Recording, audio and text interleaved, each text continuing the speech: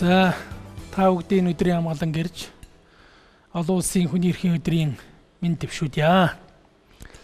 За өнөөдрийн бидний ярилцах сэдэв бол хүний эрх ба үндсэн хуулийн талаар ярилцах юм.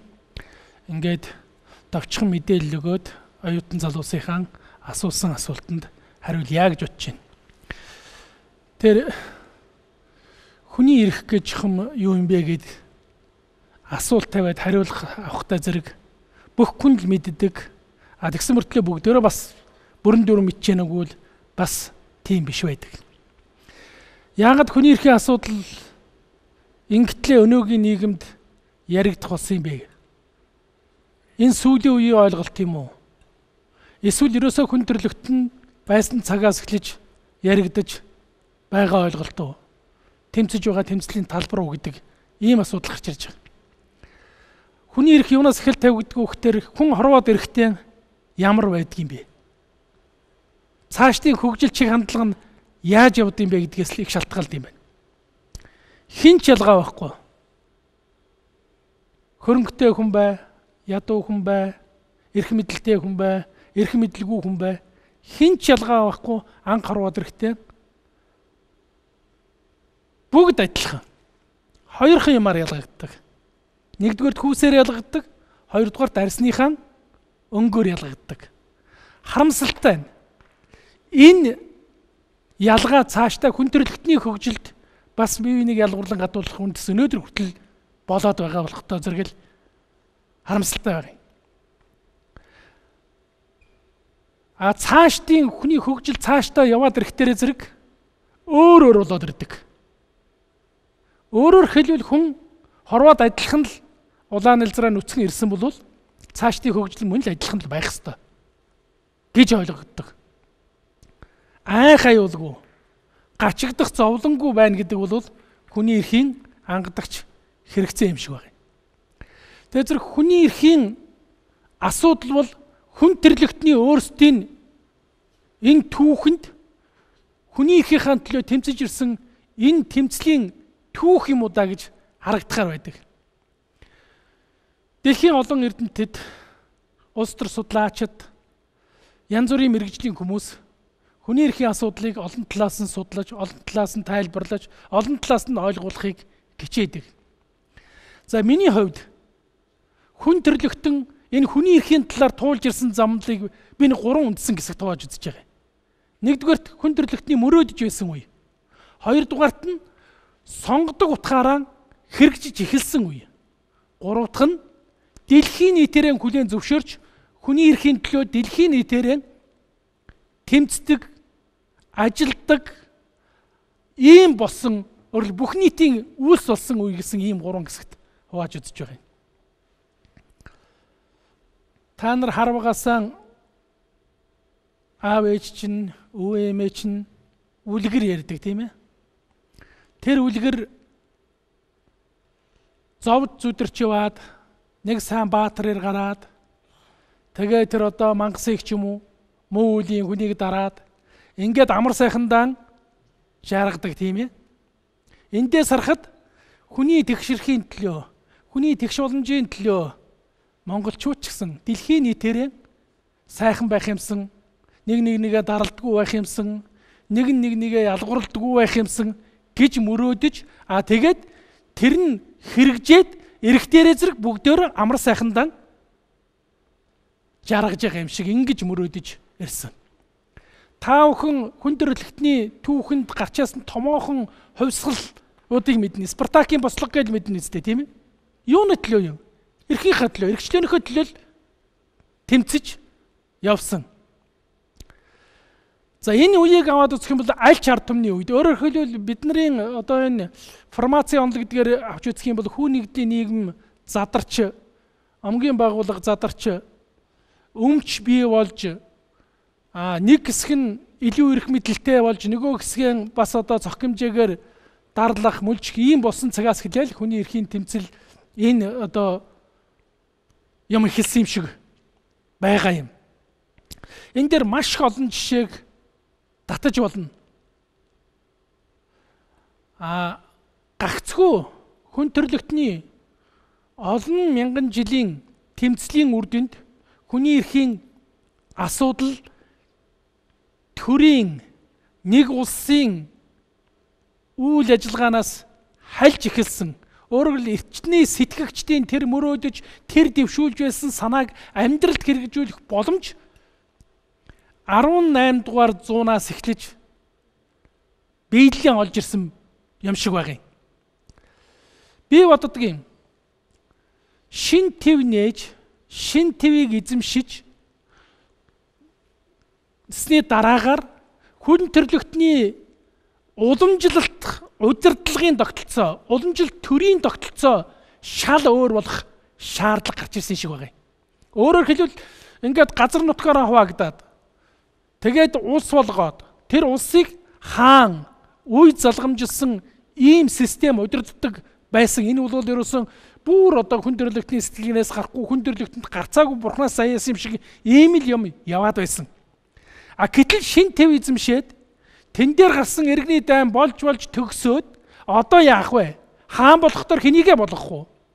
Тэр одоо бус орнууд байдаг энэ тогтолцоо нийцэхгүй боллоо. Тийм учраас бүгд найрамдах засаг гэдэг тэр сонгуульт байгууллагын үр хөврөл анх удаа Америкийн нэгдсэн улсын 1700 хэдэн онд үлээ анхны үндсөөл дэлхийн 1776 онд анхны үндсөөл батлагдахад анхны тэр үр хөврөл бий болсон шиг байна.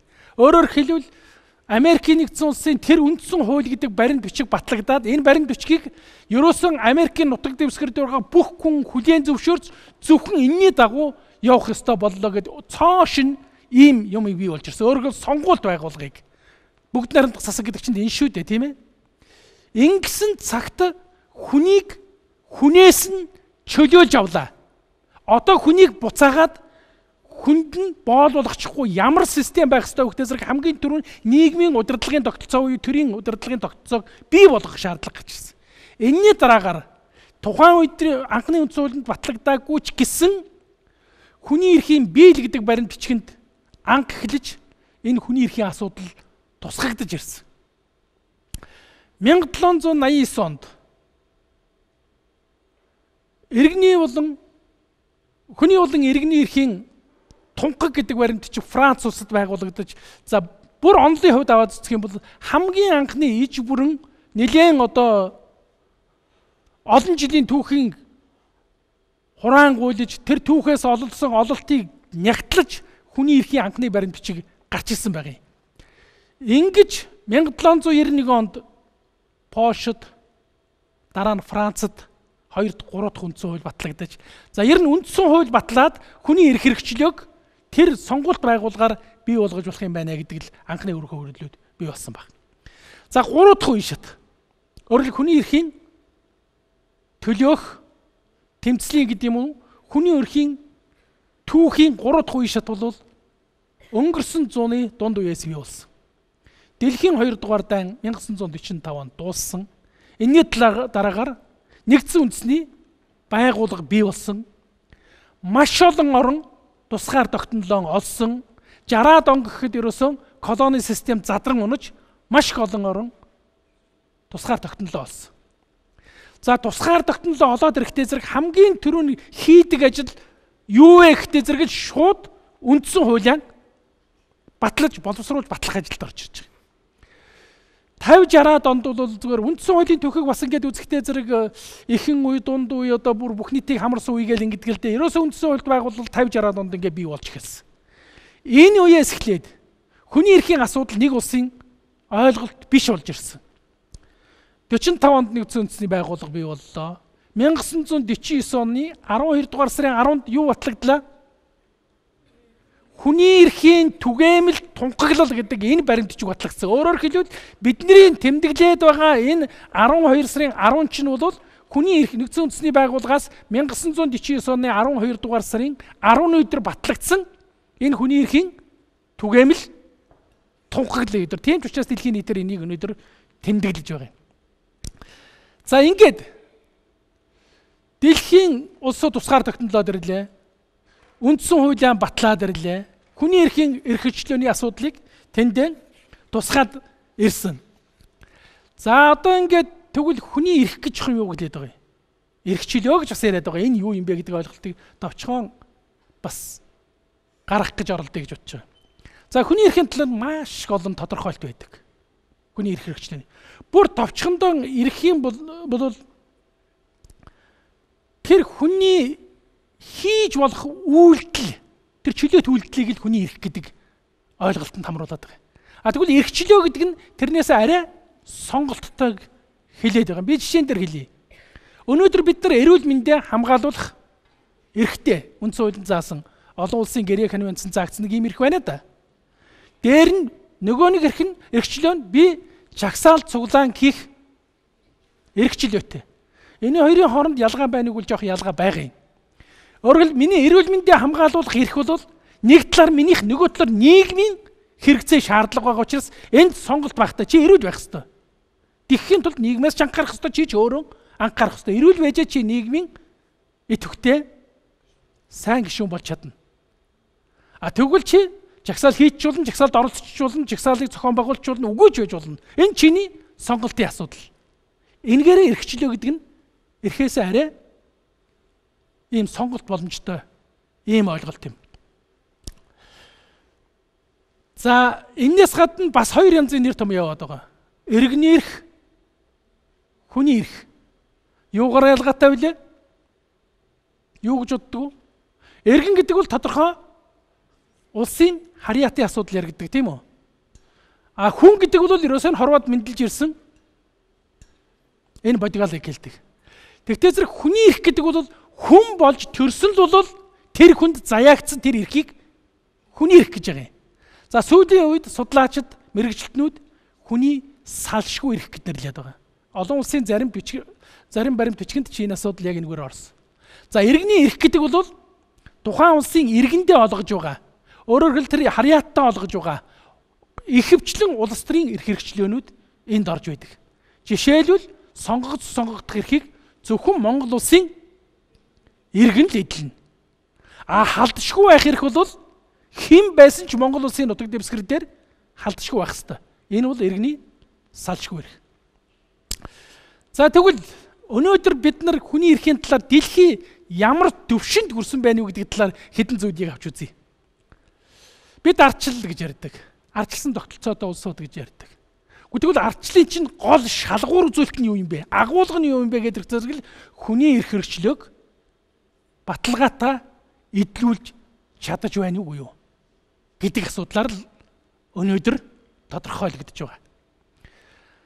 Дэлхийн өнцөг улам бүрд хаа нэгэн газар хүний эрх ноцтой жирчигдсэн тохиолдолд хэдэн секундын дотор дэлхийн нийтээрээ мэдж тэр шударга ёсны төлөө эрхэн зөрчигдсөн бол тэрүүнтэй дуу хоолойгоо нэгтгэж төр засгаас нь тэр хүний эрхийг бүдүүлгээр зөрчсөн бол тэр засгийн эрх төр засагтай нь дэлхийн нийтээрээ эдийн засгийн болоод улс төрийн маш олон хориг арга хэмжээ авах замаар тэмцдэг болсон байна, тийм ээ.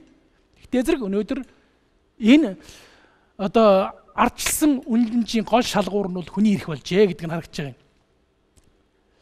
За хоёрдугаар хүн төрлөختний нийгмийн сэтгэлгээнд хүний эрхчлөө хүн бүрт заяагдмал салшгүй юм гэдэг ойлголт бий болсон. Өөрөөр хэлбэл эрх хэрэгчлөөг хэн нэгэн төрийн хишиг, хэн нэгэн томон албан тушаалтны өгч байгаа өглөг биш.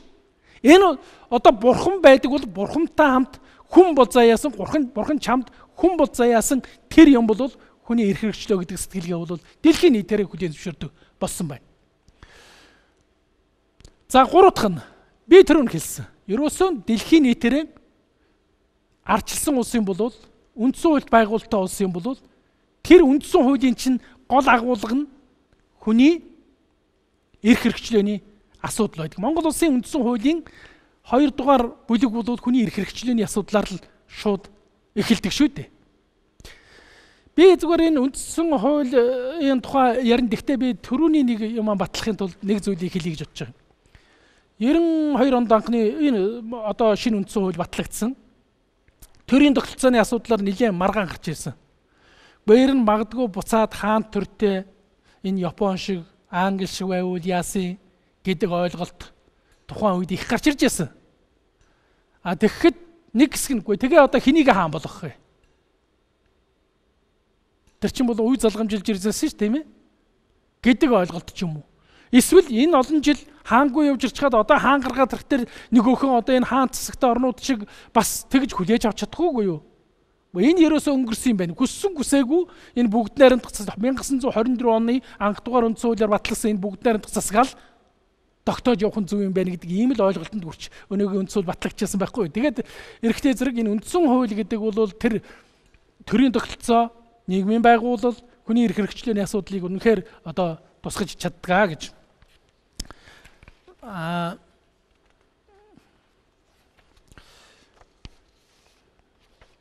Буцаага дээш нь тэр нэг юу оруулаад тахтаа. За дараа чи одоо би одоо хөрсөн үр дүнгид яриад байна шүү дээ. Хүний эрхийн асуудал нэг улсын асуудал биш болсон. Үнэхээр нэг улсын асуудал биш болсон. Би түрүүн хэллээ шүү дээ. Магадгүй Монголд нэг төрийн байгууллага юм уу? Эсвэл төрийн албан тушаалтны буруутай үйл ажиллагаараас болж иргэн хохирсон байхад Монгол улс тэр аяараа дэлхийн анхаарлын төвд хандаж хурж магадгүй манайх шиг жижиг орон янз бүрийн дарамтанд учрах нь ойлгомжтой. Тийм ч учраас Монголын төрөөс сүүлийн жилүүдэд хүний эрх хэрэгчлээний асуудлыг онцгойлон анхаардаг нь ийм учиртай. Би бас харьцангуй бус орнуудтай харьцуулахад тэр дундаа Ази орнуудтай харьцуулахад Монгол улсад хүний эрх хэрэгчлээний асуудал бол харьцангуй сайн гэж хэлж болно. Хүний нийгэм байгаа цагт хүний эрх хэрэгчлөө зөрчигдөх явдал байдаг. Тэгтээ системний буюу тогтолцооны тийм хэмжээнд байхгүй. Улс төрийн хувьд, эдийн засгийн хувьд мөн хууль зүйн хувьд тийм одоо буцах замгүй болсон гэж. За дараачийн нэг юм нь юу гэхтэй зэрэг хүний эрхийг хамгаалах үндэсний механизмаас гадна олон улсын механизм бий болсон. Нэгдсэн үндэсний байгууллагын маш олон төрөлжсөн хороод зөвлөлүүд хүний эрхийн талаар үйл ажиллагаа явуулж байна. Эцсийн эцэст эдгээр чинь бүгдөө л хүний эрхийн асуудлыг ярьдаг, хэлдэг, улс орныг асуудаг, илтгэлийн авдаг, хилцэж дүгнэлт өгдөг ийм болсон. Та бүхэн мэдж байгаа. 2011 онд Монгол Улсын засгийн газар анх удаа нэгдсэн үндэсний байгууллагын хүний эрхийн зөвлөлд ээлжид нэгдсэн хилцүүлэг одоо тавиад 29 зөвлөмж 129 зөвлөмж авсан байж байгаа тийм ээ. Одоо энийхэн бэлтийг гаргаад дараачийн тайлангаан дараачийн илтгэлээ явуулаад өөрөөр хэлбэл эх оны эхний улирд багтаж Монгол улс хоёр дахь илтгэлээ хилцүүлж болж ирж байгаа. Ингээд ирэхээр олон улсын механизм бүрдсэн гэсэн үг. Бид хүлээн зөвшөөрдөг болохоос биш энэ нэгдсэн үндэсний байгууллагын одоо механизмаас гадна иргэний нийгмийн байгууллага гэж ярьдаг. Монголд ч их маш олон үр нөлөөтэй иргэний нийгмийн байгууллагад ажиллаж байгаа. Энэ олон улсын сүлжээтэй болсон. Нэгдсэн үндэсний байгууллагын дэмжлэгтэй ажилладаг болсон. Тийм учраас ер нь хүний эрх шиг ингэж бүх нийтээрээ бүхий л механизмаараа ажилладаг институт гэж дэлхийд байхгүй болсон гэдгийг хэлмээр байна.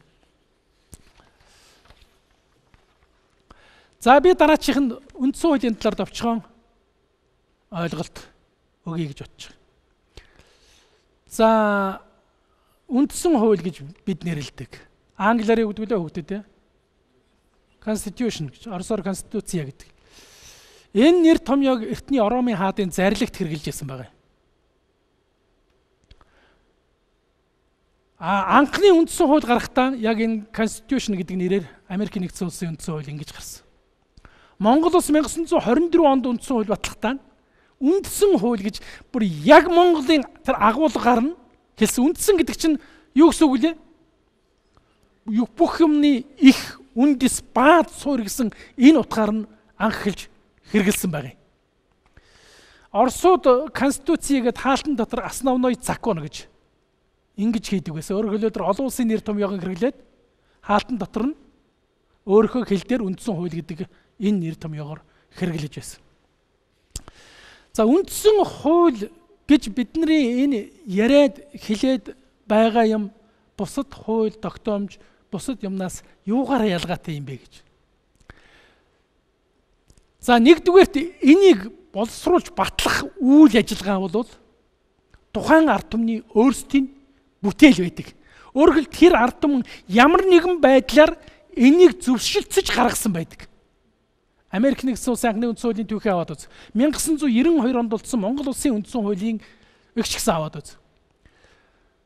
1990 оны үндсэн хуулийн өөрчлөлтөөр байгуулагдсан улсын баг хурал, улсын ардын их хурал энэ хуулийг 1 жил хагасын дотор боловсруулж баталсан.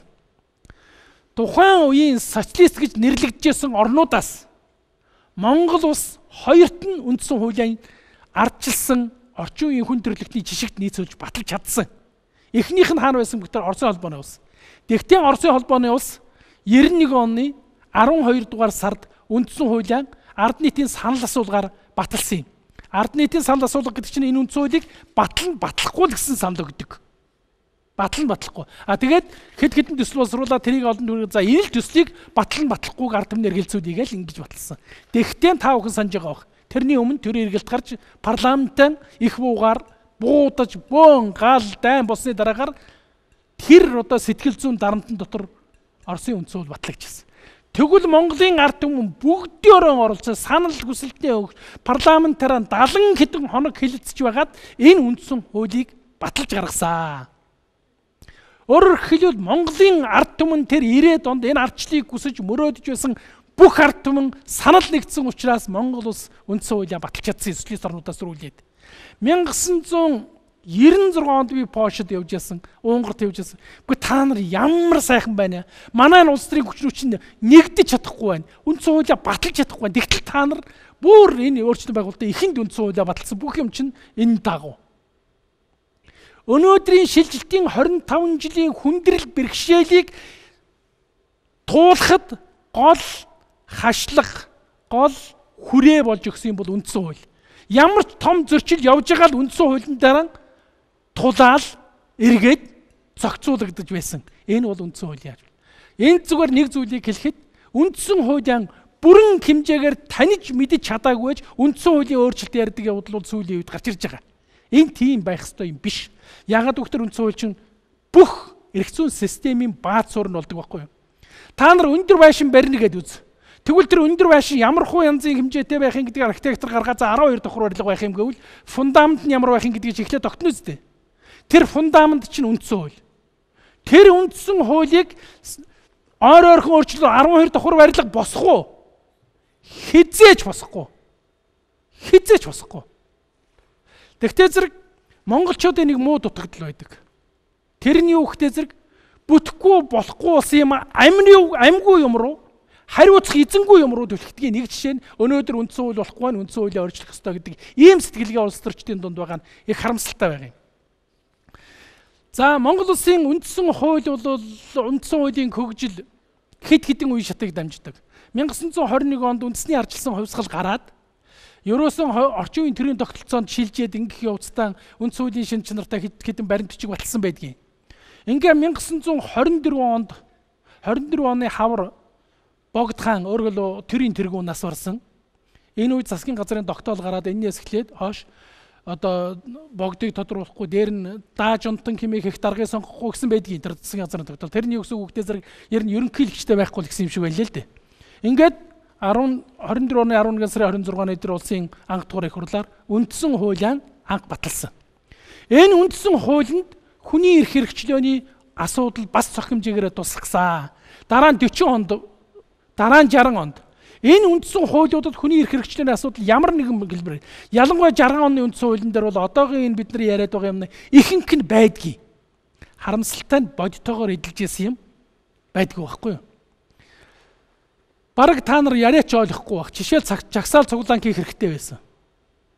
Жагсаал цуглааныг хэдийд хийдэг байсан бөхтөр Майн баяраар, Октябрийн баяраар, албан байгууллага, сургуулийн захиргаа, за нөхөр минь чи заавал загсаалд оролцсон шүү. Оролцохгүй бол чиний цалинтай ч ярина шүү. Сургуулиас чинь хөөе шүү гэд ингэж албадлагын журмаар тэр жагсаалд оролцдог. Өөрөөр хэлбэл одоогийн шиг эрхээ хамгаалуулахын тулд жагсдаг тэр үзлүүдлээ илэрхийлдэг жагсдаг тийм баг. Дандаа нэг тийм хэлбэрийн төдий. Өөрөөр хэлбэл хоёр систем байсан учраас хин нь арчилсан болгон харуулахын тулд цаасандаар сайн бичиж ирсэн бодит амьдралдаар байхгүй. Анх удаа 1992 оноос эхлээд энэ үндсэн хууль хэрэгжиж өөрөөр тэн дээр бичсэн заалт болгон амьтаа, тэн дээр бичсэн заалт болгон өдөр тутмын амьдралд хэрэгжиж явах хэрэгтэй болж ирж байгаа. Тэгвэл энэ үндсэн хуулинд заасан эрх хэрэгчлөөний асуудал ямар байх ёстой юм бэ гэж. Өнөөдөр үндсэн хуулийг тэр одоо үндсэн хууль заасан хүний эрх хэрэгчлөөний асуудал байна шүү дээ. Хидээд хэрэгжих ёстой юм гэдэг зэрэг тодорхой баталгаагаар хангагдаж байж сая хэрэгжих ёстой. Хүний эрхийг хангах баталгааг дотор нь 3 ангилдаг. Хууль зүйн баталгаа, улс төрийн баталгаа, эдийн засгийн баталгаа гэж. За хууль зүйн баталгаа гэдэг нь юу вэ гэхтэй зэрэг тэр шинэ үндсэн хуулиндаа нийцүүлээд нийгмийн харилцааг тэрүүнд зохицсон эрх зүйн актаар хуулиар зохицуулна гэсэн үг. Өөрөөр хэлбэл 92 онд үндсэн хууль баталсан юм а гэдэг чинь одоо 23 жил болох гэж байна, тийм ээ? 24 жил рүү орох гэж байна. Энэ 24 жилд эрх зүйн баталгааг бий болгоно гэсэн үг. Өөрөөр баад суурин дээр нь давхруудаан эрх зүйн хувьд өрнө гэсэн үг. Хэрэг үндсэн хуулийн орчлох юм бол нуржуна дахиад ярина да. Эрх зүйн шинжилтийг 25 жил ярьлаа. Одоо бас дахиад ярьж байна. Эрх зүйн шинжилтгийг гэл. Эхний үед хийхээс арга байхгүй. Ягаад доктор хуучин цөөхөн хуультай. Ихэнх нь яам тамгын газрын тушаал шийдвэрээр зохицуулдаг байсан бол хуулиар зохицуулах болготой зэрэг энэ хэдэн жилд одоо дээхний үед Спутник гэж одоо үнэгүй ажил хийдэг байсан, бүхний дээр ажилладаг байсан. Тэр зарчмын дагуу эхний жилүүдэд бол эрх зүйн шинжилтийг хийсэн. Дараа нь тэрийг боловсронгуй үйл ажиллагаа явагдсан. Энд нэг зүйлийг зохон хэлмээр байгаа юм. Дэлхийн үндсэн хуулийн ерөнхий чиг хандлагыг авахад 2 систем байдаг. Та нарт багш нар ч хэлсэн баг. Их газрын буюу Герман Ромын систем, далайн буюу Англи Саксоны систем гэж 2 яндаг үстэй. Монгол улс 1992 оныхоо үндсэн хуулийн үзэл баримтлалыг их газрын тэр дундаа Германы энэ тогтолцоог авсан. Энэ дагуу эхний хэдэн жил бол явсан. Одоо сүүлийн үед энэ хоёрыг холж байгаа. Энэ бол их харамсалтай. Ягаад үгтэй зэрэг бас холих юм гэж байна, холихгүй юм гэж байна. Хүн төрөлхтний олсон ололтыг ашиглах юм гэж байна, ашиглахгүй юм гэж байна. За ингээд ирэхтэй зэрэг ямар ч байсан эрх зүйн баталгаа Монгол улсад бүрэлдэж бий болсон гэж дүгнэлтийг хийж болно гэж боддог. Маш олон юмыг хэлж болно. Өнөөдөр хүний эрх хэрэгчлөө зөрчигдсөн тохиолдолд хүний эрхийн үндэсний комиссаас авахгүйд бүх шатны төрийн байгууллага хамгийн сүүлд шүүх тэр хүний эрхийг хамгаалж шийдвэр гаргадаг болсон. Энэ бол баталгаатай. Хэдийгээр зарим талаар шүүмжлэгдэг, шүүх хөрөө ажиллаж яан, шүүх одоо шударга ажиллахгүй байна гэсэн боловч ямар ч байсан эрх зүйн талаасаа бодит тэр харилцаа нь бол бий болж чадсан. Хоёр дахь нь улс төрийн баталгаа. Өнөөдөр тийм тоталитар гэх юм уу? Эсвэл нэг хүний дураараа ашигласан ч юм уу? Эсвэл хууль бус үйл ажиллагаа явуулдаг ийм улс төрийн үйл ажиллагаа, ийм улс төрийн тогтолцоо, ийм сонгуулийн тогтолцоо, ийм төрийн тогтолцоо Монголд байхгүй болсон. Өөрөөр хэлбэл Монгол улс эргэлт буцалтгүйгээр дэлхийн нийтийн жишгт нийцсэн ардчилсан замаар явж байгаа. Учираас улс төрийн баталгаа бол бий болсон. За дараачих нь эдийн засгийн баталгаа. За харин энэ дээр нэлээд асуудал бий. Өөрөөр хэлбэл Монгол хүнийг хөгжлийн үндэс болсон хүний эрх хэрэгчлөөний асуудал зарим талаар яагаад зөрчигдөд байгаа юм бэ? Энэ юутай холбоотой юм бэ гэдэг зэрэг нөгөө эдийн засагтай чинь холбоотой болоод байгаа. Бид олон жил эдийн засаг хүндрэлтэй байна, санхүү хүнд байна гэж явж ирсэн. Одоо бид нар энийг хүлээж авдаг газар гэж байхгүй болж байгаа. 11 оны 3 сард эдийн засаг нийгэм соёлын нэгдсэн үндэсний байгууллага эдийн засаг нийгэм соёлын хороонд Монгол улсын засгийн газар илтгэлээ хургуулсан байгаа шүү дээ. Эдийн засаг нийгэм соёлын эрх хэрэгчлөөг хэрхэн одоо хангаж байгаа талаар. Одоо энэ тал дараа бол үнэхээр анхаарах болсон. Өнөөдөр хүмүүсийн эрх хэрэгчлөө зөрчигдөж байгаа гол асуудал бол дандаа л энтэй холбоотой байгаа. Жишээлбэл бүр ойрхон жишээ гэхэд л одоо үдийд Улаанбаатар хотод утааны асуудал бол хүн болгоны аманд байдаг. Хүн болгон үнэхээр хүнд нөхцөлд байгаа. Энэ уул уурхай холболт явуулж байгаа орон нутагт тэр тоосчлт иргэдийн тэр эрүүл аюулгүй орчинд амьдрах нөхцөлийг үнэхээр зөрчиж байгаа. Энэ юутай холбоотой юм? Эдийн засгийн баталгаагаар тэр болгон хангаж чадаагүйтэй холбоотой. Өнөөдөр бид нар эрүүл мэндийг хамгаалуулах хэрэгтэй. Тийм ээ? Нэг талаас, нөгөө талаас төрөөс хэний ч эрүүл мэндийг хамгаалах тэр эрүүл мэндийн байгууллага тэр орчин үеийн эмч, мэрэгжилтэн, техник, технологи бүгдөө бүрдсэн байх хэрэгтэй. Бүтээл тэгж чаддаг үлээ үгүй. Нилээд гис болцоотой хэсэг нь гадагшаа явуулж имчилдэг. Орон нутагт байгаа хүмүүс бол сумын эмнэлгээс аймгийн эмнэлгээс гарч чадахгүй. За Улаанбаатар дээрээ 3 шатны эмнэлэгт үзүүлэх юм бол одоо Тэнгэрийн заяа гэж үздэг. Болцоотой хэсэг нь Улаанбаатар Монголд эмчлүүлэхгүй байна. Гадагшаа Солонгос, одоо Тайланд, Япон, одоо хаач байдгийн өндөр хөгжилтэй орнуудад яваад ингэж ирж. Тэгтээ зэрэг чинь энэ юутай холбоотой юм. Эдийн засгийн баталгаатай. Сурч боловсрох хэрэгтэй бид нар. Тэгвэл энэ боломж өнөөдөр бас эдийн засгийн хувьд хэр зэрэг бүрдсэн бэ гэдэг асуудал гарч ирж байгаа. Энэ бүгдээс харахад өнөөдөр бидний гол анхаарах ёстой юм эдийн засгийн баталгааны асуудал. Нэг үеийг бодвол тийм эдийн засгийн баталгааг сайжруулах боломж Монгол улсад бүрдэж байгааг бол бүрдэж байгаа. Хэдхэн жилийн өмнө, өөрөөр хэлбэл 10-аад жилийн өмнө улсын төсвийн орлого зарлага нэг 600-аас 700 сая төгрөг байсан юм шүү дээ. Одоо тэгтэл чинь 2, 3, 4 их наядаар яригдж байгаа. Гэтэл 10 жилийн өмнөхөөс энэ иргэдийн амжиргааны төвшин сайлан хөөс ямар болсон бэлээ гэд үзэхдээ зэрэг магадгүй нэг их ахиц гарахгүй байгаа. Тэгэхээр эндээс юу харагдаж байна вэ гэдэг зэрэг олж байгаа мөнгөө хэрэгцээтэй зайлшгүй шаардлагатай юмд зарцуулж чадсангүй гэдэг асуудал бидэнд гарч ирж байгаа. Энээс болоод бид нар дэлхийн нийтийн өмнө одоо бид ядуу байна, зүдрүү байна, улсын төсөв олдохгүй байна, мөнгө хүрэлцэхгүй байна, түнээс шир иргэдийнхээ эрхийг хангалгүй яах вэ гэж хэлээ сууж явах эрхгүй болсон гэдгийг бол хаасаагүй ойлгох цаг ирсэн гэж хэлмээр байна. Зөвхөн дашрамд хэлэхэд бид энэ жил энэ эрх зүйч мэрэгжил олгож байгаа бүх сургуулиудад хүний эрхийн боловсрол олгож байгаа байдал дүн шинжилгээ хийсэн. Одоо удахгүй бид тэр дагуугаан үйл ажиллагаа явуулж харамсалтай нь энэ бол бидний шаардлагын төвшөнд хөрхүүц ийм одоо хүний эрхийн боловсрол энэ эрх зүйч болж байгаа хүмүүст олохгүй байгаа юм байна гэсэн дүгнэлт төрсөн.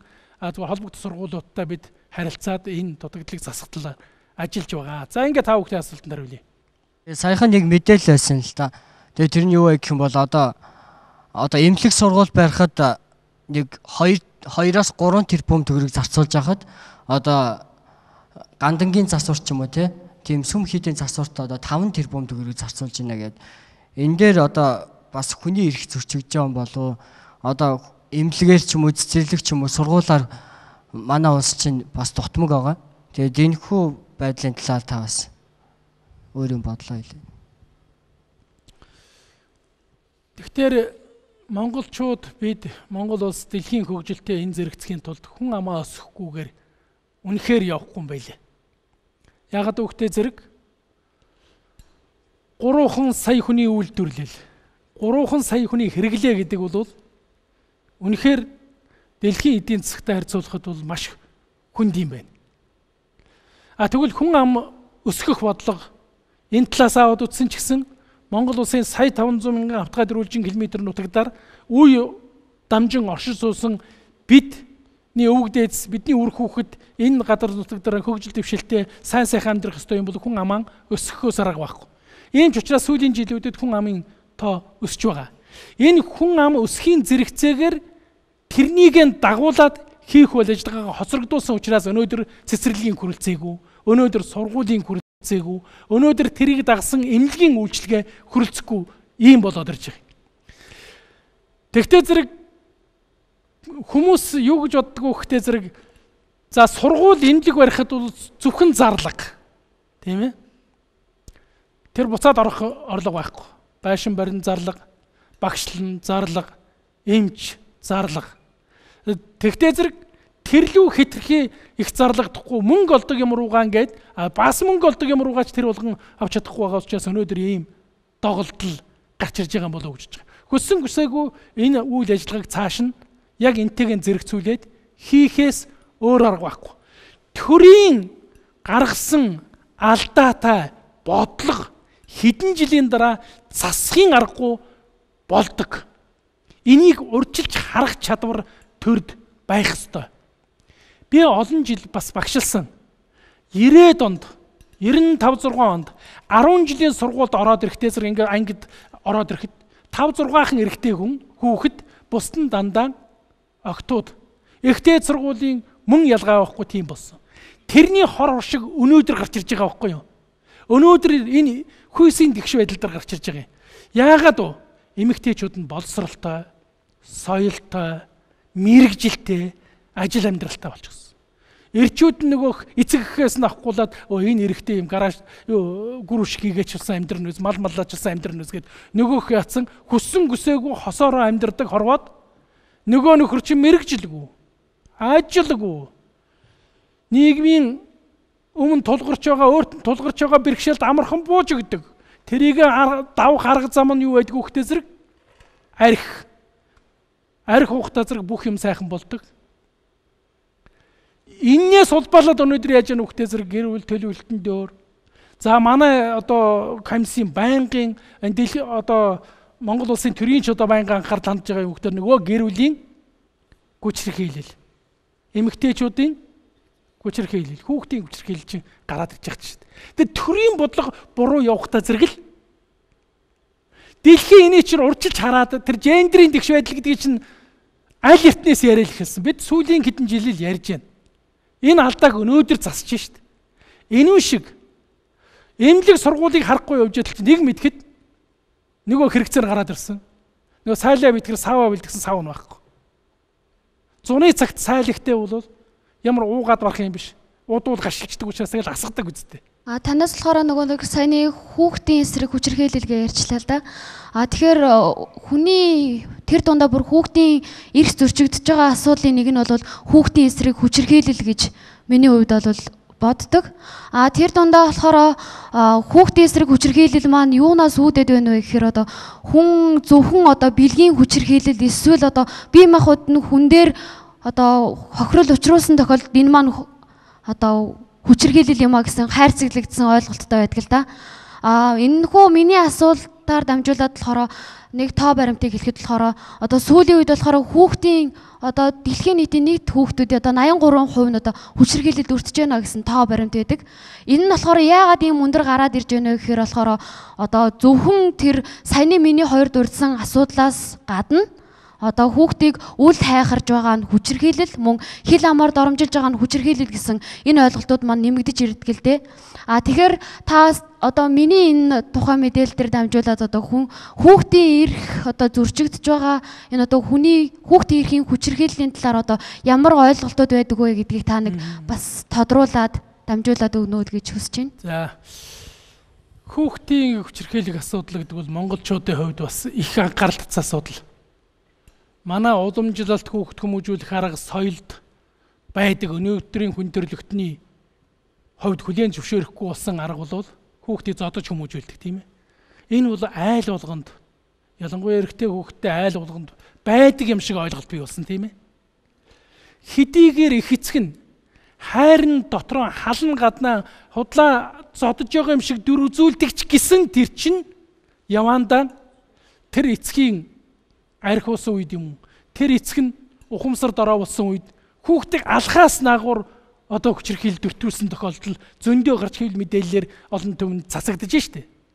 Тийм учраас хамгийн ихэнд явах хүүхдээ зэрэг цэцэрлэг сургууль гэр бүлийн орчинд энэ хүүхдийг зодож хүмүүжүүлдэг юмнаас салъя.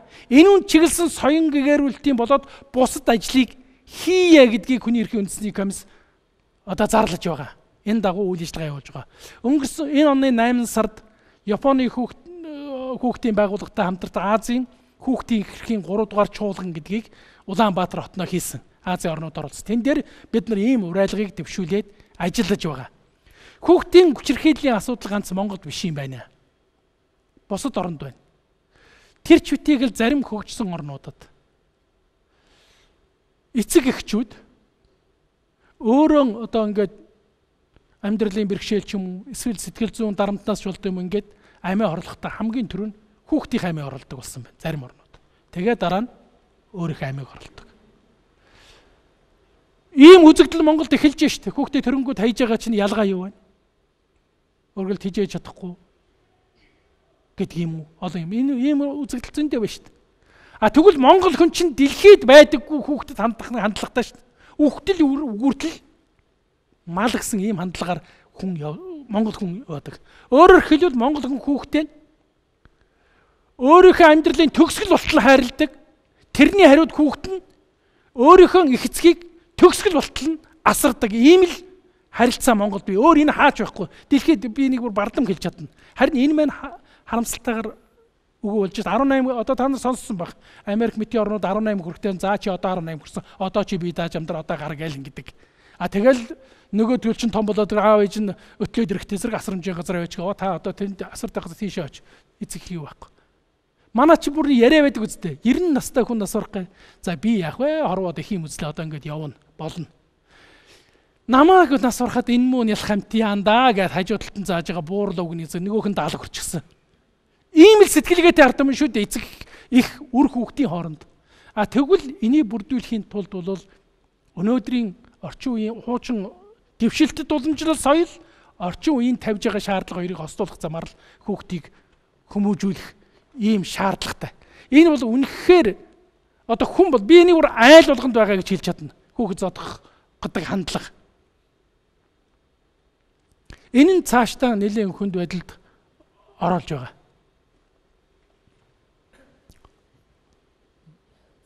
Хоёр асуулт байна. Эхнийх нь асуулт нь та түрүү хэлсэн шүү дээ. Нөгөө үндсэн хуулийн өөрчлөлтийн асуудал байна гэж. Тэгвэл хэрвээ яг үндсэн хуулийг өөрчлөхөөр болох юм бол хүний эрх хэрэгчлөөний асуудлыг хэрхэн тусгасан зүг бэ? Ер нь өнөөдрийн 92 оны үндсэн хууль дээр үндсэн хуулийн хүний эрх хэрэгчлөө тусгасан байдлыг ер нь өөрчлөх шаардлагатай юу, шаардлагагүй байна уу? Нэгт. Хоёр дахь асуулт нь юу гэхээр та түрүү хэлсэн эрүүл аюулгүй орчинд амьдрах хэрэг зөрчигдөж байна гэж. Тэгэхээр энэ зөрчигдөж байгаа асуудал бол өөрөө төрийн алдаатай бодлогын үр дүн тийм үү. Тэгвэл энэ алдаатай бодлогыг хэрхэн өөрчлөх вэ? Өөрчлөхдөө иргэн хүн бүрээс бас шалтгааллах бах те. Тэгвэл энэ өөрчлөлтийг хэрхэн хийх вэ гэдэг асуултанд хариулж өгөөч. Баярлалаа. Тэгэхээр эхний асуулт юу вэ? Тий. Үндсэн хуулийн өөрчлөлт болдгийм гэхэд хүний эрхийн асуудал бол хөндөгдөхгүй байхаа гэж бодож байна. Ягаад гэвэл олон улсын гэрээ конвенц маш их олон дэлхийн одоо жишг олон улсын одоо үндсэн хуулиас харж энэ хүний эрх хэрэгчлээний асуудлыг ер нь тусгасан. Гэхдээ хүний эрх хэрэгчлээний асуудал бол байнга хөгжиж шин ойлголтууд гарч ирж штэ. Жишээл манай үндсэн хуулинд хөгжих эрхийн тухай асуудал байхгүй байгаа. Дэлхийн нийтээрээ хөгжих эрхийн асуудал ярьж байгаа. Монголчин талаар ярьж байгаа. Асуудал дэвшүүлээд энэ талаар бас холбогдох хууль тогтоомжид юм оруулаад явж байгаа. Үндсэн хуулинд байхгүй. Үндсэн хуулинд гарцвээ. Тэрний үгтэй зэрэг олон улсын гэрээ конвенцийг Монгол улсын их хурлаас хоёрхан баталвал дотоодын хууль тогтоомжийн нэгэн адил хэрэгжинэ гэж байгаа учраас шин ойлголтоор бий болсон тэр одоо олон улсын гэрээ конвенцийг баталчихтай зэрэг манай хууль болол явж байгаа учраас энд бол хөндөгдөх юм байхгүй. За ер нь үндсэн хуулийн өөрчлөлтийг бол одоо би нэг сайн ойлгохгүй л байгаа. Чадах уу? Чадлаа гэхэд зөв хийх үү? Энэ бол тийм амар асуудал огт биш. Дордуулсан 7 өөрчлөлт гэж ярьдаг. За энийг хэлсэн хүний нэг нь би. Их сони юм аа. Би тэр 7-ын талаар нэг сонинд юм бичих гэсэн. За яршиг гэд ярьчлаа. Жишээлбэл улсын их хурлын эрдэс 3.2 буюу улсын их хурлын гишүүдийн 57 иржээж эрдэс үрддэг байсан. Өнөөдөр 39 эрдэс үрдэхгүй байгаа даа үстэй. Тэгвэл энийг буцаагаад 39 болгох юм уу? Дэлхийд байдаггүй. Энэ бол тухайн үед алдаа байсан л да. Тэгвэл тэгээд би эндээ бойкот хийгээд хизээч явахгүй гэсэн үг. Ерөнхий сайд засгийн газрын гишүүдийг ил санаал хураалтаар томилдог болсон. Тэр үчинд алд ороодаг байсан учраас хэд онголдуулж хэд босгодог байсан байхгүй юу? Нэгэн улс төрийн хариуцлага хүлээгээд сонгуульд ялсан юм бол олон түмний нээлттэй байх хэрэгтэй. Тийм учраас тэр далдуур одоо юм байхгүй болсон шүү дээ. Хэрвээ тийм байсан бол шинэ засгийн газрыг сайн бүрдүүлж чадахгүй, ерөнхий сайдыг томилж чадахгүй. Нууцтай байсан бол. Гэх мэтлэнгээр энэ дээр бол одоо маш олон юмыг хэлж болно. Энэ 7 өөрчлөлтөн дотор. Гэтэл энийг харахгүй 7 өөрчлөлт оруулна, ерөөсөө үндсэн хуулиа сайжруулна энэ төр гэл ингээл байдаг. Энийг би ерөөсөө бүр ойлгодгүй. За хоёр дахь нь юу вэ? Тэг эрүүл аюулгүй орчинд амьдрах хэрэг асуудал. Энэ бол их л бодох ёстой асуудал да. Яагаад гэвэл зэрэг өнөөдөр бид нар ингээд тисээ дэвчээд байж болно.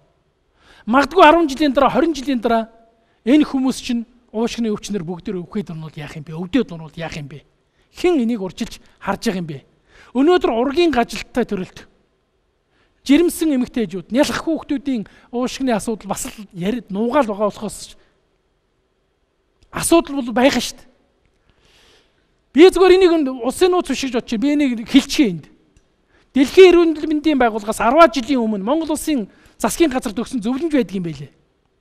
Өөрөөр хэлбэл Улаанбаатар хотод жижиг хүүхдийг 85 см-аас дээш өндөр тэвэрч өгсөн ийм зөвлөмж байдаг юм байна.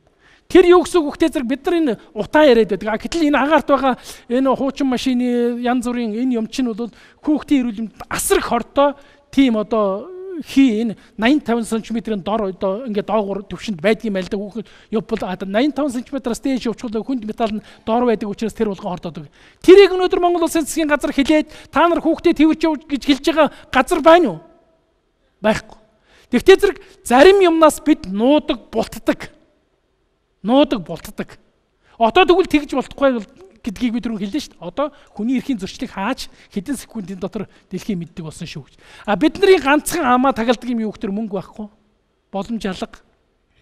Улаанбаатар явтайг арилгамаар л байна. Олон жил олон тэр өмцөс зарж яан тэгсэн ч болохгүй л байна. Тэгтэл ямар ч байсан 30%, 20% энэ жил буурсан гэдэг ингээд одоо энэ олон жилийн 30%, 20% ярьсан бол одоо 200% буурчихсан хөлт нь хачин сайхан л болох ёстой шүү дээ. Бодтол ажил хийх шаардлагатай юм шиг байна.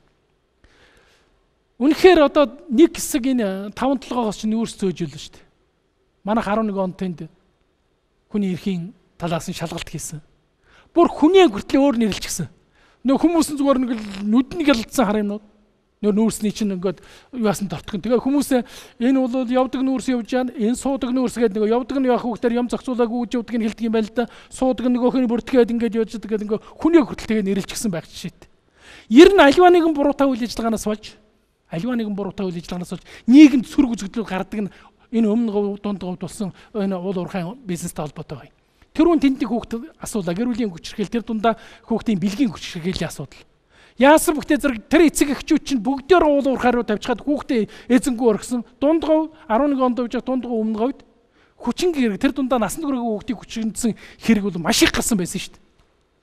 Ингээл нэг юм буруудахтаа зэрэг системээр ингээл бус юм ардаасаа дагуулаад чирээл ингээл хүний эрхийн зөрчил сүүлдээ нэлээд тийм хүнд байдалд ордог нь бол ингээд харагдаж байгаа юм. Тийм ч учраас хар замаар одоо аврагтай байгалийн баялагийг зөөдөг болъё. Төмөр замаар зөөдөг болъё гэдэг чинь энтэй холбоотой. Эдийн засгийн хувьч тэр эрүүл мэндийн хувьч тэр цагаан хад тэр 5-7-д бол одоо бид нар энийг харахгүй шүү дээ. Тэр тоос тэр юм дотор бол одоо сүүлийн үед харин экспорт багасаад бас харьцангуйгаар нэг жижиг ч гэсэн хар замтай болоод бас учиртай л байгаа. Ерөнхийдөө бол та ингээ хамгийн ихний асуудалтай Монгол улсын одоо хүний өсөлт маш чухал байгаа гэж ярьж ирсэн шүү дээ. Юм бүхний үндэс гэж ярьжсэн. Тэгвэл одоо хүний үндэс гэдэг нь юу ураг те. Гэтэл одоо манай Монгол улсын хэмжээнд одоо үр хөндөлтийн асуудал маш их тулгамдж байгаа шүү дээ. Та энэ талаар юу гэж бодож байна? Одоо те хувийн эмнэлгүүд маш их байгаагаас дамжуулаад чимээгүй те үр хөндөл гэдэг зүйл маш ихээр явагдаж байна. Энийн ард те тэр ураг юу тэр хүүхдийн одоо ирэх гэдэг зүйл явагдаж байгаа шүү дээ. Та энэ дээр одоо юу гэж хэлмээр байна? Ер нь энэ хүний нийгмийн дотор байгаа улс орнуудын шийдэж ядаад байгаа асуудлын нэг үр хөндөлтийн асуудал байгаа. Би нэг 3 асуудалдаар л одоо үнэхээр заримдаа өөрөө ч хэрэгэлцдэг. Нэгдүгээрт нь үр хөндөлтийн асуудал байна. Хоёрдугаарт нь эргэтийн шилжүүлэх асуудал байна. Гуравдугаарт энэ одоо бие үнэлэх асуудлыг одоо хүлээн зөвшөөрөх юм үгүй гэдэг асуудал. 98 онд би Японы парламентын гишүүн байхдаа Японы гадаад харилцааны яамны шугамар нэг Японы одоо төрийн байгууллагын үйл ажиллагаатай танилцаж нэг 9 онсын. Тэгээ парламентаар нь очсон чи бөөн жигсаал цуглаа. Гэхдээ энэ одоо яаж байгаа гэсэн энэ одоо эргэтийн шилжүүлэх хууль батлагдах гээд хүмүүс одоо энэ дээр маргалдаад байгаа юм гэж. Юундаар нь маргад ингэж эрхтнийг хэдийд шилжүүлэх вэ гэдэг дээр нь. Өөрөөр хэлбэл тэр чинь биологийн өхөл, хилиник өхөл гэж хоёр байдаг. Тэрний аль нь дээр нь вэ гэж. Нэг талаас нь нөгөө талаас нь ядуу хүмүүс амьдрахын эрхэнд өөрийнхөө эрхтнийг зараад амьдраад байвал яах юм бэ гэдэг асуудлаар хийж. Тэгэхэд манайх эрхтний шилжүүлэх тухайн хуулийг хэдхэн минутын дотор баталж ирсэн юм л да. Одоо ч хүчин төгөлдөр байгаа л да. Харин нэг саан тал нь юу вэ нөхтэй зэрэг бүх юм нь хориотой манай хуулинд. Тэгэхгүй бол одоо энэ ядуу зүдүүс чинь за ингэж явахын чинь ерөөсөө бөөрөө өгөөд энэ хэд минь гайгүй амьдраг нэг хэд нөхрөг өгчигээд аюул гэрээ хийгээд тэгээд явчих үлдсэхгүй гэдэг. Тэг хамгийн эмзэг энэ бол манай бидний муугахч биш. Парламентын муугахч биш. Энэ чинь маш олон талаас нь тэр нийгмийн харилцаатай, нийгмийн амьдралын төвшөнтэй нь холбож хийхгүй бол болдоггүй юм байна гэдг нь харагдаж байгаа юм л да. Ялгаа байхгүй. За хүмүүс бол энэ одоо ерөөсөө бие үнэлэх асуудал бүр замаа алдлаа. Ингэж яхин чинь албан ёсны болгочих юм. Тэгвэл бас хүний ирэхэд тэгвэл манайх чи ядгүй албан ёсны нэг хэсгийн дор албан ёсны бусанд байж л байдаг шүү дээ. Энүүтэй адилхан үр хөндлөх асуудлыг хоригдлохын эсрэг байдаг юм аа. Хоригдчих юм бол магадгүй нууц байдалд орж эмнэлгийн бус байдлаар охид эмэгтэйчүүд маань илүү их охирч магадгүй юм. Тэгвэл яагаад үр хөндлүүлээд байна вэ гэдэг чинь бас л нөгөөх амьдралтай л холбоотой. Нөгөө л нийгмийн олон асуудал шийдэгдээгүйтэй л холбоотой. Ийм үед нь төс тас хуулиар зохицуулна гэдэг бол осолтой. Харин энэ дээр тавих хяналт юмыг чагдах хэрэгтэй юм. Германы парламентын гишүүд бид намайг парламент байхад байнга ярьдаг байсан. За та нар их зүйн шинжилтийн шинэ хийж байна. Нэг л юмыг их анхаараарай. Тэр юу гэхтэй зэрэг хууль гэдэг чинь нийгмийн харилцаа зохицуулах чадахгүй болсон үед л хутгаар огтлж байгаа юм шиг гарцаагүй хүчээр хийдэг юмыг л хууль гэдэг юм шүү. Хүн гэдэг чинь хүн төрлөختөн гэдэг чинь ард түмэн гэдэг чинь олон мянган жил амьдрахтаа өөрсдөө хэм хэмжээгээр тэр ёс зүйн болоод соёл бусад хэм хэмжээгээр цогцоод амьдраад ирсэн байдаг юм шүү. Тэрлүү нь хууль бариад оруул хутга байгаад бариад орж байгаатай адилхан шүү гэж л байнга ярьдаг байсан. Одоо манайхан болохгүй юм байвал хууль гаргах гээд байдаг. Уг нь бол хүмүүсийн амьдралд өөрсөнд нь хаяад өгчхүүл гүссэн гүсээгүй тэд нар чинь ингээд зохицуулагдаад зохицоод яваад байдаг юмнууд зөндөө байдаг шүү дээ. Тэр нь цогцож болохгүй болсон үед л хуулиар зохицуулахаас өөр арга байхгүй. Өнөөдөр үр хөндөх асуудлыг хориглохгүйгээр харин гарцаагүй нөхцөлд ямар байдалтай байх уу гэдгийг л их бодох ёстой ойлголт. Би энэ бичлэг одоо миний ярих гэж байгааг бичлэгт битгий оруулаарай би хэлчихье. Намайг жоохон хүүхэд 10 жилийн хүүхэд байхад л октын үзлэг гэдэг юм хийдэг байсан. Тэгэл бид нар октоо шоолол октын үзлэг болоо явсан гэлээ чи яасан гэж цаадуу чи энэ гэл ингээл. Одоо энэ хийж байна. Одоо хийж байгаа би өөр одоо энийг ерөөсөн нодныгоо сошиал одоо эрүүл мэндийн яам холбоо эмэгтэй гişүүд холбогдох газруудыг энийгээ болиоч л гээд байгаа юм. Үзлэг хийж болно л да. Эрүүл мэндийн үзлэг хийж болно шүү дээ. Тэгэл октын үзлэг хийж яагаад ангийн багшд нь нөгөө эмчнэр чинь тэр чинь тийм биш үү энэ чинь юм биш үү гэл ингэж. Би нэг тодорхой хохирсон жишээ хэлье. Нодны бидэнд дарханд үйл ажиллагаа явуулж байгаа тийм биз цэцгээ. Тэгсэн нэг охин сэтгцийн өвчтөө тэр охин бол бүр ирэмдэг зэрэмдэг болсон. Яагаад ирэмдэг зэрэмдэг болсон гэхээр дүүтэйх 8 настай охин гэртээ байжсэн чинь нэг залуу ирээд нөгөө охиныг авч яваад шүн. Тэгээ нөө дүүн яач чадахгүй. Тэгээд уулан давж хүчиндээ нүүр амын сэглээд тэгээд нэг өгчнийг ухаарсан баг юм. Тэгээ ухаан ороод бөөн цус мус болчихол гэртээ ирсэн. Тэгж хоорондоо ээж аав нь маргааш өгдөн ажилдаа ирэл. Тэгэл юуаас нөгөө залуу баригдаад ингээ шийтгүүлсэн. Тэгээ тэндээ сурах ямар ч боломжгүй болсон тэр хүүхэд. Тэр Улаанбаатар хотод авчирж сургаж яасан. Тэгсэн нэг өдөр тэр октын үзлэг гээч юм болоод ангийн багш нар орж ирэхгүй чи бас юм байж хэд хэдэн онд ч одоо хүүхэн болчт юм тэгээд ингэсэн. Тэр охин тэнд сурч чадхаа байсан. Тэгээ буцаад очсон сэтгцийн өвчтэй болсон. Ийм л байдал хүрэж байгаа байхгүй өнөөдрийн бидний буруу явуулсан үйл ажиллагаа хүний эрхийн зөрчил буруу явахтаараа ямар юмд хүрдэг вэ гэдэг нь энийг харуулж байгаа. Тийм ээ? Хамгийн эмзэг миний л ойлгож байгаагаар зүгээр октоо таавах юу гэж бодож байгаа юм. Ямар л энэ байх хэрэгтэй бол гэж боддог. Гэх мэтлэнгээр хүний эрхийн зөрчил гарч байгаагийн цаана заавал нэг юм байж их жишээтэй. За тийм ээжлээ. Салбарлаа хөндөж ярьлаа л да. Уул уурхай, гэр бүл, хүчээр хийлгээ тий. Тэгээ би нөгөө нэг төрийн нэг үүрэг нь болохоор урдчлан сэргийлэх байдгийн болоо гэж боддог. За тэгээд одоо нийгэм хөгжих хэрээр Монголд бас айгүй олон зүйл орж ирж байна. тий. Халууны баяр ч юм уу тий. Трансгендер ч юм уу тий. Тэгээ миний нэг сэтгэл эмзэглэж явдаг зүйл юу вэ гэхээр би эрэгтэй төрсөн байж болно. Гэхдээ би эмэгтэй би өөрөө хүүсээ сонгоно. Хүмүүс намайг шүүмжлэх ёсгүй ч юм уу тий. Тэгж үздэг. Зарим нэг хэсэг нь энэ бол хүний эрхээ, зарим нэг хэсэг нь энэ бол ёс бус зүйл гэж үздэг. Харин төр сэргийлээд яг ямар арга хэмжээ авч чадах вэ? Тэгээд дээрэс нь энийг яг мэрэгжлийн үүднээс хүний эрхийн хүний эрхийн яг тэр салбарын үүднээс ямар хариулт өгөх вэ? Энэ үнэхээр Монголд болох зүйл юм уу, болохгүй зүйл юм уу? Тэр бас айгу анхаарал татж байгаа. Хэрвээ энийг одоо зохицуулахгүй бодох юм бол бас л дахиад тэрийг зохицуулах гээд айгүй олон ажил, айгүй олон чирэгдэл гарах болов гэж би бодож ирсэн. Энэ тухай танаар тодорхойлъё. За, би хэлсэн чинь шин ойлголтууд бий болж байна гэж. Тэрнийг дагсан шин зохицуултыг шаардж эхэлж байгаа. 2011 онд Тайландд би нэг олон улсын энэ Аз нам хундлаан бүсийн хүний эрхийн байгууллагын чуулганд орсон. Тэрний өмнө Аз нам хундлаан бүсийн чуулганы дээр байдаг төрийн бус байгууллагуудаас Монгол улсын хүний эрхийн үндэсний комиссны LGBT хүмүүсийн талаар явуулж байгаа үйл ажиллагааны талаар ирж илтгэл тавьж гэдэг. Тэгээ бид очтгий. Тэгээ очиж бэлтгэл тавьсан. Би хоёр юм хэлсэн. Нуух юм байхгүй байд юм шиг байлээ. Маш хаалттай. Нийгэм хүлээж авдаггүй. Тэгэхээр энийг гаргах юм бол тэр хүмүүс тусуулахаасаа илүү усуулж айгуудвал өнөөдөр тэр хүмүүс бол зөвхөн мэддэг төрөл төрөстийнхаа гэрүүлийн хүрээнд ялгуурлан гадуур хүчирхийлэлд өртөж байгаа бол тэр хэрэг гарах юм бол нийгэм даяараа нөгөөх чинь хүнд байдалд оруулна. Та бүхэн үер гэдэг киног мэддэг байх. Үер кино гарсны дараагаар одоо хүүхдүүд дамжааг байгаа чинь бүр чулуугаар шидэд явуулдаг байсан гэж байгаа шүү дээ.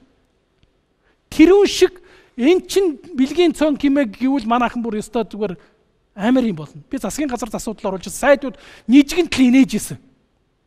Болтё та нар. Би бас инээж л байсан. Наа чи инээд биш миний хувьд ханиад болчиход байна гэж. Энэ асуудлаар тэгээд 2012 онд нэгдсэн үндэсний байгууллагын хөгжлийн хөтөлбөрийн тусламжтайгаар манайх тодорхой судалгаа тэр эхэлж байгаа хүмүүсээр их улсын их хурлд оруулж байгаа. Улсын их хурлын гишүүд намайг бүр барьж идэх шахсан шүү дээ тамина. Тэгээ хаалттай хийж яах гэдэг хаалттай оролдоон дээр би хэлсэн юм байна. За энэ бол дэлхийн нийтээр хүлээн зөвшөөрж байгаа асуудал. Улсын их хурлын гишүүн ингэж хандж байгаа бол энэ дэлхийд гарвал та ер нь Монголоос гарахгүй ээж мэдэн шүү гэж байж одоо асуудлыг ойлгох төвшинч байдаг юм уу. Тэр өнөөдөр энэ асуудал маш их урцаар тавигдж байгаа. Одоо олон улсын хурал болгон дээр энийг ярьж байгаа. Ингээд үзэхдээ зэрэг энэ вэ штэ гарцааг угаасаа бодит шаардлага юм байна. Бид нар л байх ёсгүй ёс бус хүүхд буруу хүмүүжүүлж яах гэж байгаа болохоос биш. Энийг чи ингээд яриад эхлэхдээ зэрэг ялангуяа бидэнд бол бүр одоо хамгийн санаа зовсон асуудал гэдэг нь харагдаж байгаа юм. Хүн бүр ижил үнцэнтэй.